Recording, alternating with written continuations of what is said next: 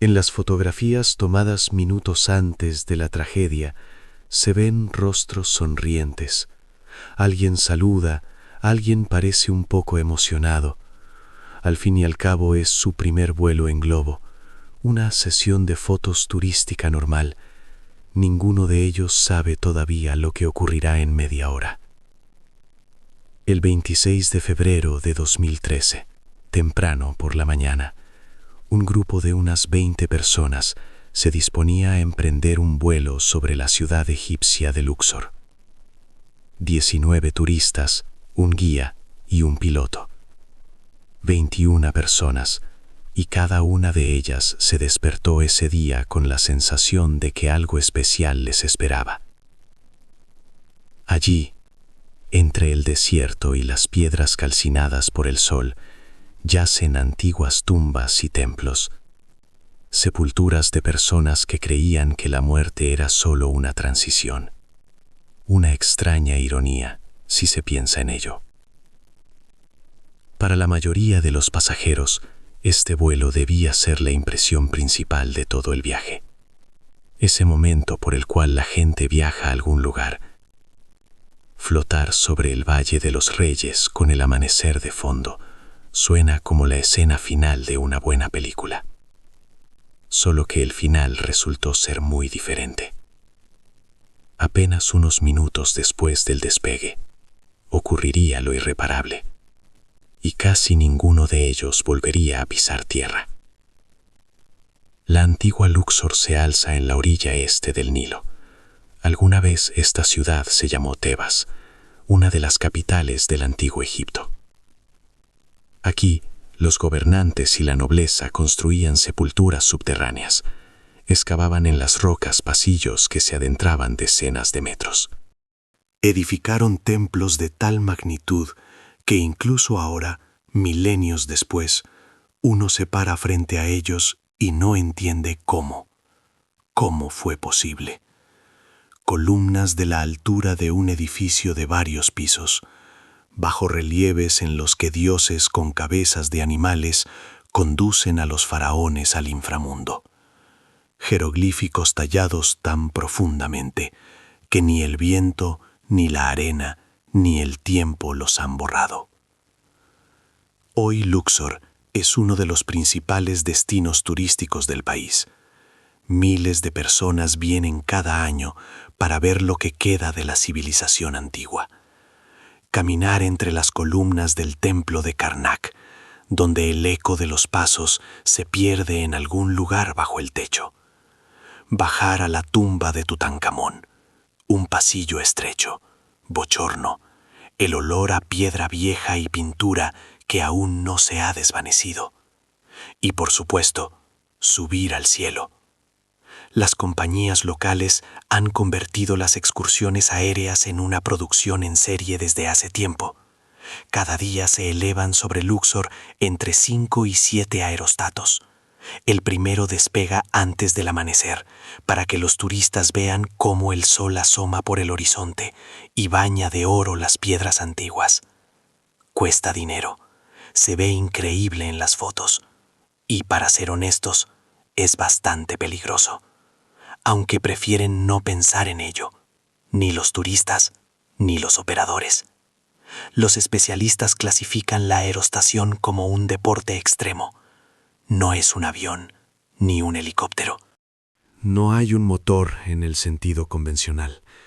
No hay volante, no hay posibilidad de cambiar de rumbo bruscamente o de dar una segunda vuelta si algo sale mal. El aire dentro de la envoltura se calienta con un quemador de gas. Este se instala justo en el centro de la cesta de pasajeros, sobre las cabezas de las personas. Llama abierta, un calor del que hay que apartarse cuando el piloto enciende el quemador a plena potencia. Cilindros de gas bajo los pies, varios de ellos, conectados por mangueras, y una fina tela de nylon entre tú y el cielo. En esencia, la principal herramienta de control es la cabeza del piloto, su experiencia, su instinto, la habilidad para leer el viento por las nubes y el humo de las hogueras abajo, trabajar con el quemador y las válvulas sentir cuándo el globo empieza a comportarse de forma extraña, entender dónde se puede aterrizar y dónde no. Todo depende de una sola persona. Y cuando esa persona comete un error o cuando la técnica le falla, la pérdida se vuelve catastrófica, porque en el aire no hay arcén, no hay posibilidad de detenerse y ver qué pasa. O lo logras o no. Aquel día, alrededor de las 5 de la mañana, 19 turistas abandonaron sus hoteles.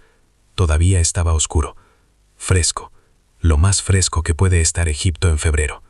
La temperatura rondaba los 15 grados, pero después de una noche en una habitación con aire acondicionado, parece que hace frío. La gente bosteza, se estremece, se envuelve en chaquetas ligeras. Pero en sus ojos ya se lee la anticipación, esa expresión especial que tiene la gente cuando espera algo con lo que ha soñado durante mucho tiempo. Entre ellos, 9 residentes de Hong Kong, 5 mujeres, 4 hombres. Algunos vinieron en familia, otros con amigos. 2 parejas de ancianos de Japón, pulcros, educados, con pequeñas cámaras fotográficas al cuello. Probablemente celebraban algún aniversario, como suele ocurrir. 40 años juntos, 50, y decidieron hacerse un regalo, ver el mundo desde la altura. 3 británicos, 2 franceses, una mujer de Hungría, viajaba sola, lo cual ya requiere cierta valentía. Diferentes países, diferentes idiomas, diferentes vidas. Pero esa mañana, todos se encontraron en el mismo lugar. Esperaban junto al autobús a que se reunieran los demás, mirando las estrellas que aún no se habían apagado. Aproximadamente a las 6, el grupo recibió las instrucciones. Procedimiento estándar, de dónde sujetarse, cómo pararse en la cesta, qué hacer al aterrizar. Sujétense de los pasamanos, doblen las rodillas, no entren en pánico si el globo se inclina. Todo está bajo control. La gente escuchaba a medias. Siempre es así antes de algo emocionante. La cabeza ya está allí, en el cielo. Los ojos ya buscan las cúpulas de colores que se preparan para el lanzamiento. Uno tras otro, los turistas subieron a la cesta. Dentro había varios compartimentos, separados por tabiques de mimbre de ratán. En cada uno cabían 3 o 4 personas. Un poco apretados, hombro con hombro, pero tolerable. Todos entendían que no sería por mucho tiempo. Los esposos de Escocia, Michael Rennie, de 49 años, y su esposa Yvonne, de 48, estaban uno al lado del otro y conversaban en voz baja. Él, corpulento, de hombros anchos, con el rostro curtido de alguien a quien le gusta estar al aire libre. Ella, un poco más baja que su hombro, con una chaqueta abrigada y el cabello recogido en una coleta. Para ellos, este era ya su segundo vuelo en globo. Sabían qué esperar. Conocían esa sensación de cuando la tierra empieza a alejarse, primero lenta, casi imperceptiblemente, y luego de repente te das cuenta de que los árboles se han vuelto pequeños, que la gente abajo se ha convertido en puntos, y cuelgas en el aire, y nada te sostiene excepto el aire caliente en la cúpula sobre tu cabeza, solo tela y física. Quizás por eso regresaron, por ese sentimiento, por la sensación de que se puede engañar a las leyes de la gravedad. Otra pareja, el británico Joe Benton, de 40 años, y su novia de 27, Susanna Guy, subían por primera vez. Susanna estaba nerviosa, se notaba, se aferraba con fuerza al borde de la cesta, aunque el globo todavía estaba en el suelo. Miraba hacia abajo, luego hacia arriba, a la enorme cúpula que se mecía sobre ellos. Joe la tomaba de la mano, le decía algo, sonreía. Probablemente la tranquilizaba, probablemente prometía que todo estaría bien, que era seguro. Que miles de personas lo hacen cada día. Era de esos hombres que siempre saben qué decir, de esos junto a los cuales te sientes protegida. A las 6:15 de la mañana, el globo aerostático modelo Ultra Magic N425 despegó del suelo. La compañía operadora se llamaba Sky Cruise, Crucero Celestial. Un nombre bonito, una promesa de algo ligero, sereno, vacacional. A bordo se encontraban 21 personas. Los pasajeros se despidieron con la mano de los que se quedaron abajo, empleados de la compañía, conductores, curiosos que habían venido a ver el lanzamiento. Alguien grababa con una cámara. Alguien simplemente miraba cómo la cúpula multicolor se elevaba lentamente en el cielo antes del amanecer. El quemador rugía, lanzando columnas de llama.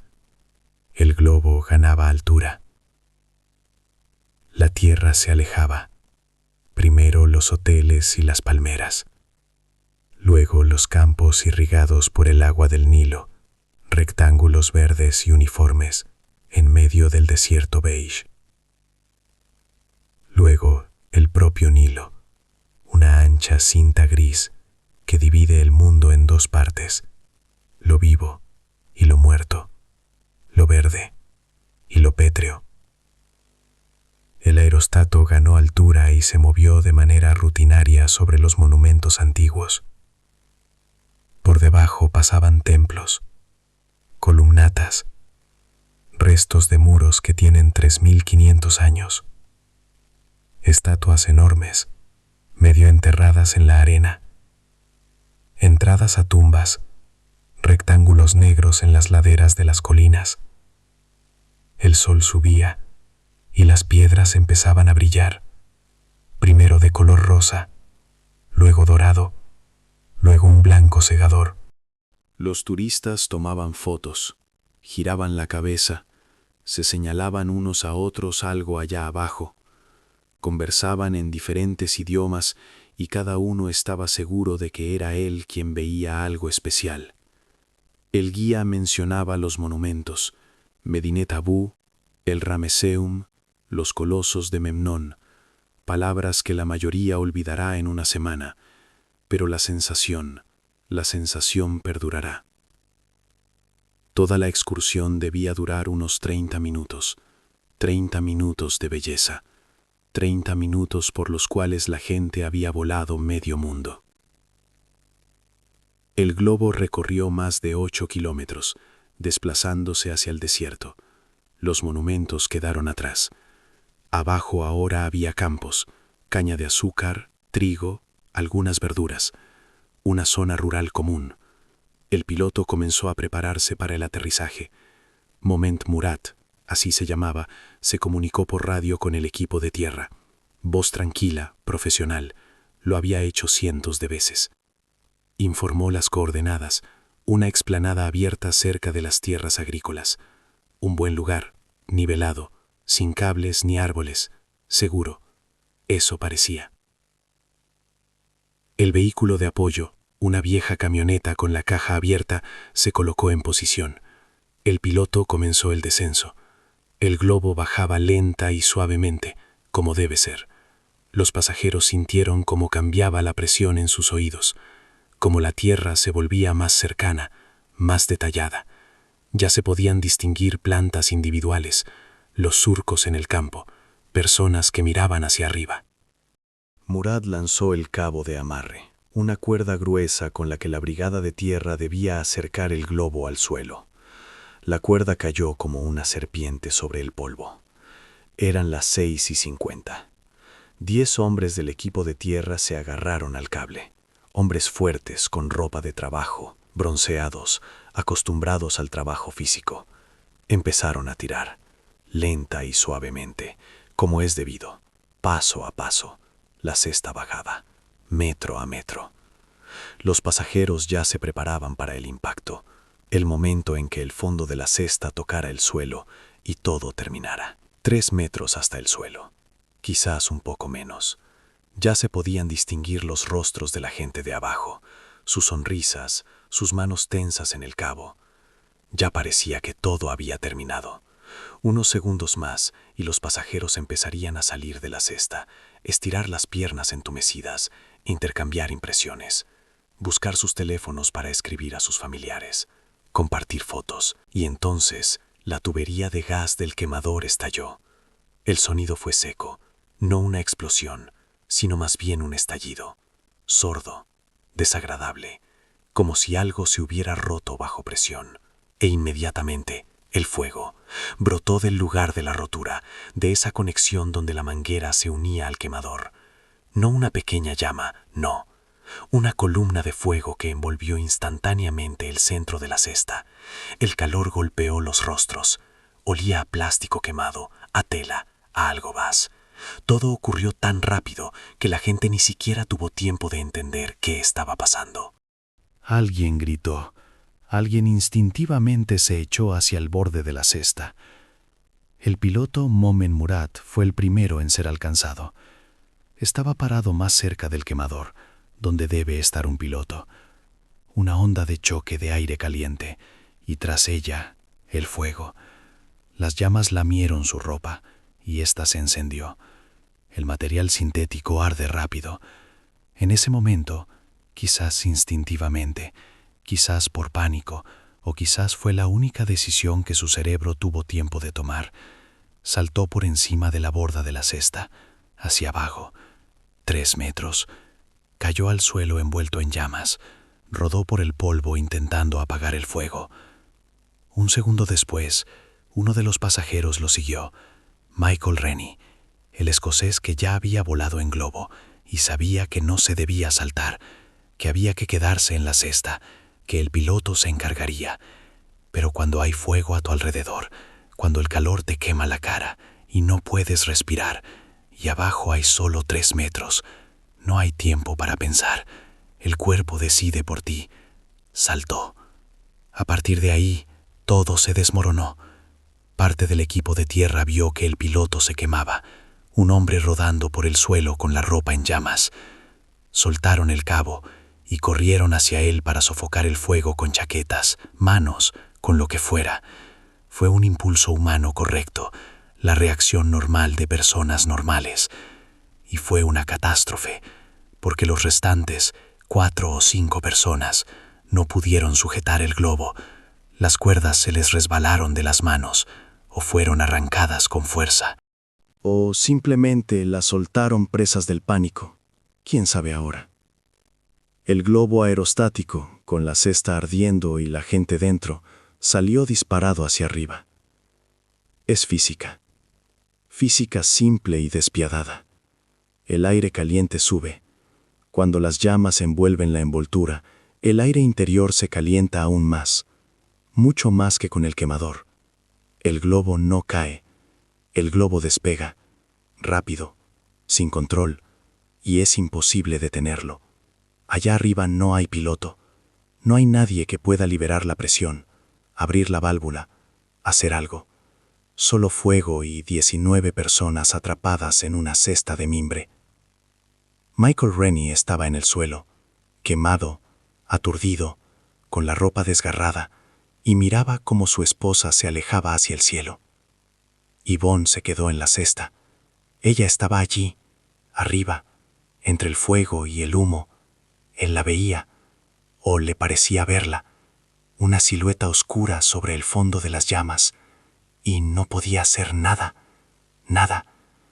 Corrió 200 metros tras el globo, tropezando con terrones de tierra, abriéndose paso entre unos arbustos, gritando con todas sus fuerzas, «Mi esposa, mi esposa».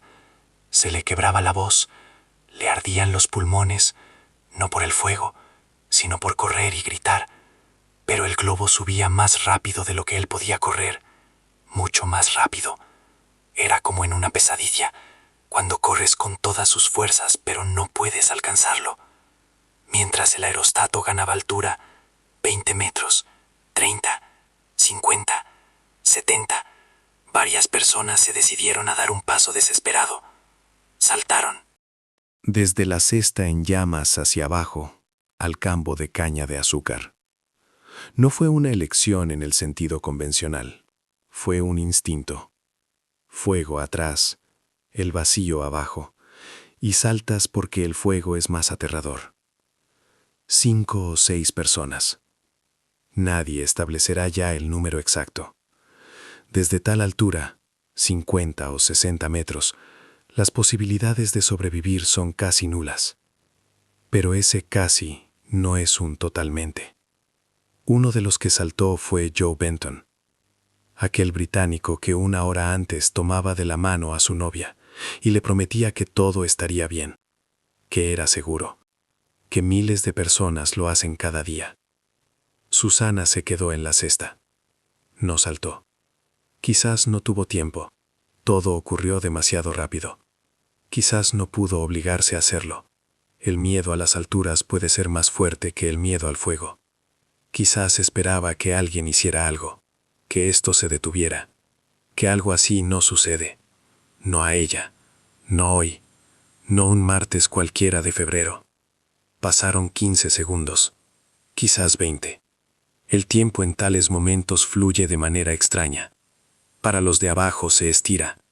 Para los de la cesta probablemente se comprime en un punto. Las llamas crecieron. El fuego alcanzó los cilindros de gas que estaban en el fondo de la cesta. El globo alcanzó la marca de los 300 metros. Eso es la altura de un edificio de 100 pisos multiplicada por 3. Es una altura desde la cual la ciudad parece una maqueta y las personas parecen hormigas. Y entonces estalló el cilindro de gas. La explosión fue potente. Se escuchó a kilómetros de distancia. La envoltura del aerostato, toda esa enorme esfera multicolor que hace un minuto flotaba sobre los templos de los faraones, que fotografiaban desde otros globos y desde el suelo, se convirtió en jirones de tela quemada. Trozos de material salieron despedidos en todas direcciones, girando en el aire como ceniza de una hoguera gigantesca. Los restos del globo y la cesta con la gente se desplomaron. 300 metros de caída libre. 6 segundos.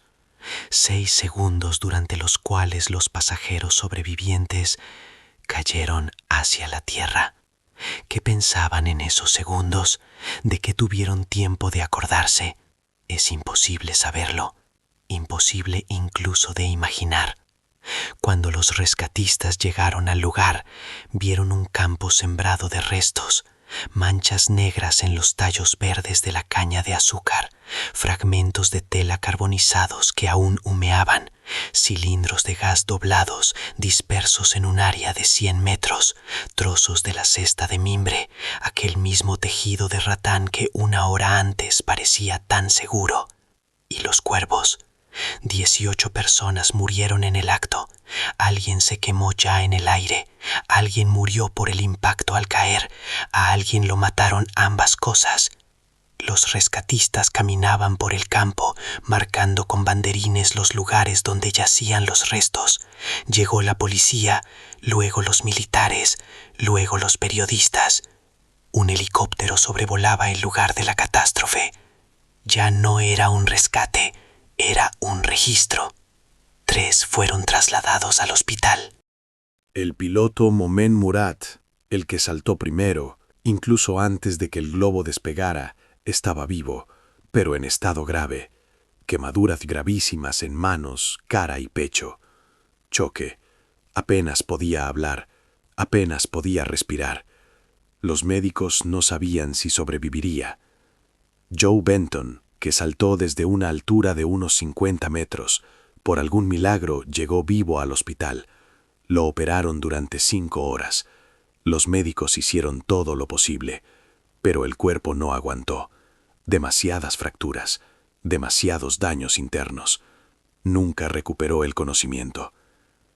De los 3, solo sobrevivió Michael Rennie, el único que saltó a tiempo, desde 3 metros, siguiendo al piloto. El único que tomó la decisión en esa fracción de segundo, cuando todavía tenía sentido. Estaba sentado en la habitación del hospital y lloraba.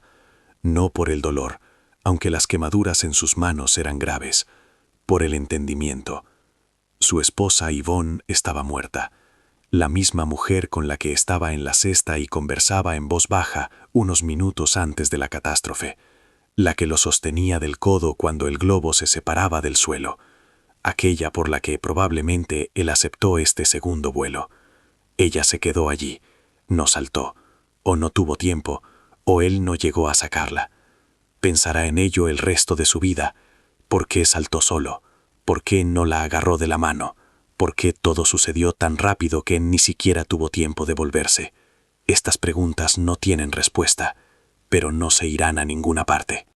Los últimos segundos de la existencia del globo fueron grabados por varias personas. Alguien grababa desde tierra, un agricultor local que tenía un teléfono en las manos.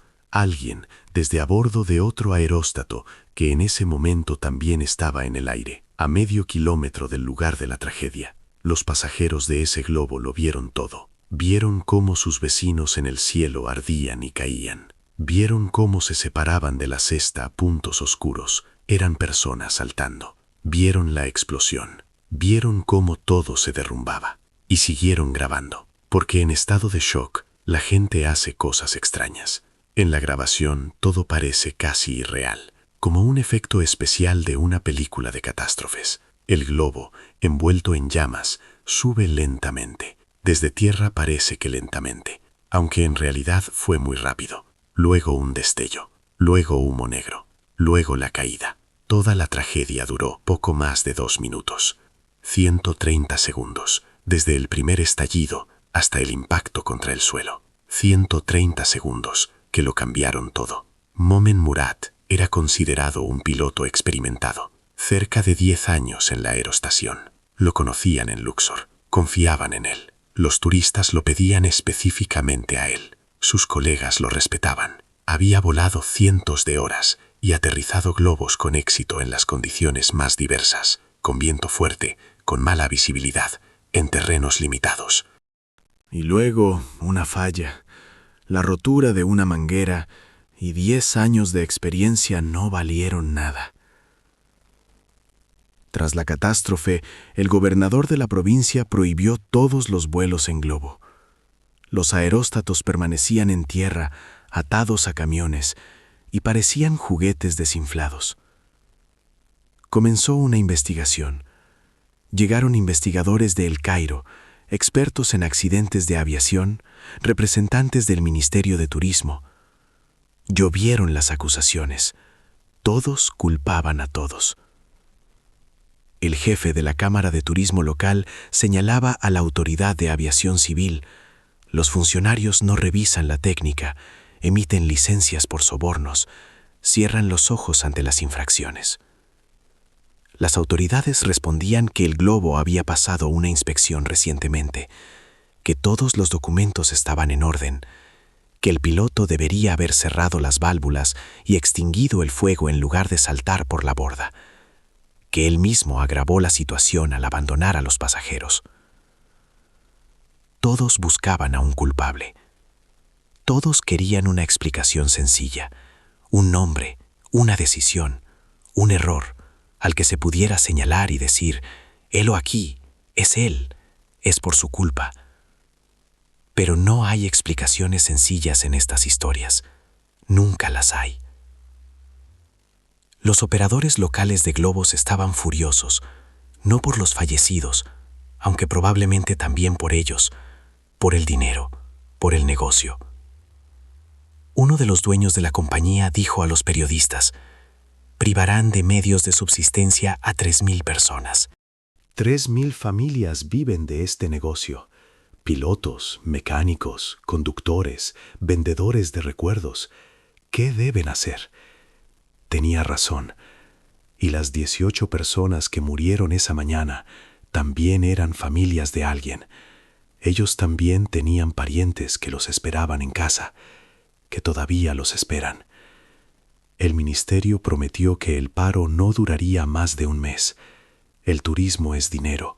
El dinero es más importante que la memoria. El dinero es más importante que el miedo. Unas semanas después, los globos volvieron a subir al cielo sobre Luxor, sobre los mismos templos, sobre el mismo Valle de los Reyes, con nuevos turistas que también querían ver el amanecer desde las alturas, que posiblemente ni siquiera sabían lo que había ocurrido allí. El 7 de enero de 2014, Casi un año después de la catástrofe, la Autoridad de Aviación Civil de Egipto publicó el informe final, un documento técnico seco de varias decenas de páginas, esquemas, gráficos, tablas, y la conclusión: la causa del incendio fue una fuga de combustible debido a una falla en la conexión de la manguera de gas. La manguera había sido fabricada en 2005, 8 años de explotación, a veces en condiciones severas, cambios de temperatura, del frío nocturno al calor sofocante del día, vibraciones durante el transporte, presión del gas, desgaste, microfisuras que no son visibles a simple vista, defectos que se acumulan durante meses, años, y luego, en un momento, se manifiestan. Una rotura, y eso es todo. En el informe había algo más. El piloto no notificó al servicio de control del aeropuerto antes del despegue. Una infracción formal. Una casilla que no se marcó. Una de las muchas pequeñas infracciones que ocurren todos los días y que normalmente no conducen a nada. Pero cuando algo sale mal, cada una de esas casillas se convierte en un punto de acusación. Los investigadores interrogaron a Murat en el hospital militar. Estaba en la unidad de quemados, envuelto en vendas como una momia. Hablaba con dificultad, los labios quemados, la garganta dañada por el humo.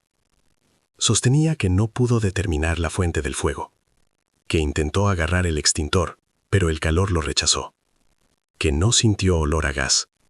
Aunque, ¿cómo se puede sentir algo cuando todo alrededor arde? Que cayó de la cesta en estado de inconsciencia. Él mismo no entendió cómo terminó en el suelo. Insistía en que revisar la manguera no era su obligación, sino la del ingeniero de mantenimiento técnico. Que él era piloto, no mecánico. Que no podía desmontar el quemador antes de cada vuelo. Que confiaba en la técnica, como confió en ella durante 10 años. La fiscalía objetó. Tanto el piloto como el técnico no realizaron la debida inspección previa al vuelo. Ambos debieron revisar el equipo. Ambos no lo hicieron. Ambos son culpables. O nadie es culpable. O es culpable el sistema. Un sistema en el que el equipo desgastado permanece en uso durante años, porque reemplazarlo es caro y no hay quien lo revise. Un sistema en el que todos confían en la suerte. Y normalmente la suerte funciona. Pero luego, una vez, no funciona. He aquí algo más que se descubrió durante la investigación. Este globo en particular ya había tenido un accidente. En octubre de 2011, un año y medio antes de la catástrofe, estuvo a punto de chocar contra el techo de un hotel en Luxor. Algo salió mal con el control. El globo descendió demasiado rápido, casi rozó el edificio. Luego cayó al Nilo. Los pasajeros chapoteaban en el agua. Los sacaron en botes. Todos se llevaron solo un susto y ropa mojada. La compañía Sky Cruise les pagó una indemnización, pequeña, para que no demandaran. Sacaron el globo del río, lo secaron, lo repararon y lo pusieron de nuevo en funcionamiento. Se pudo haber parado entonces. Se pudo haber retirado el equipo, realizado una inspección seria de todos los componentes, hacerse la pregunta: ¿está todo bien? ¿Cuánto más volará este globo? No será hora de comprar uno nuevo. Pero los negocios son los negocios. El globo volaba, el dinero caía, los turistas estaban contentos. Y un año y medio después, 18 personas murieron quemadas vivas o se estrellaron contra el suelo. Volar en globo es hermoso, verdaderamente hermoso. Flotas sobre el mundo, y todo lo de abajo parece pequeño e insignificante. Los problemas, los miedos, el ajetreo, todo eso se queda allí, en la tierra. Y tú estás aquí, en el cielo, en silencio. Solo el ruido del viento y los destellos ocasionales del quemador. Templos construidos por personas que hace tiempo se convirtieron en polvo. El río que fluye aquí hace miles de años y fluirá cuando ya no estemos. el sol elevándose sobre el horizonte, como se elevaba con los faraones, con los romanos, con los árabes, con todos los que alguna vez vivieron en esta tierra. Pero detrás de esta belleza siempre se esconde algo, una manguera desgastada que debió reemplazarse hace mucho tiempo, un técnico distraído que no notó una grieta, un piloto que confió en la suerte, una ráfaga de viento en un momento inoportuno, o simplemente la mala suerte, esa que es imposible predecir y contra la cual es imposible asegurarse. Llega sin previo aviso, no elige quién es bueno y quién es malo, simplemente sucede. Las personas en esas fotografías, tomadas minutos antes de la tragedia, sonríen, saludan con la mano, se abrazan, se graban con el fondo de la cúpula multicolor, lo publican en las redes sociales, escriben leyendas, el mejor día de las vacaciones, un sueño hecho realidad, Luxor a vista de pájaro. No saben lo que les espera. Siempre es así. Nunca lo sabemos.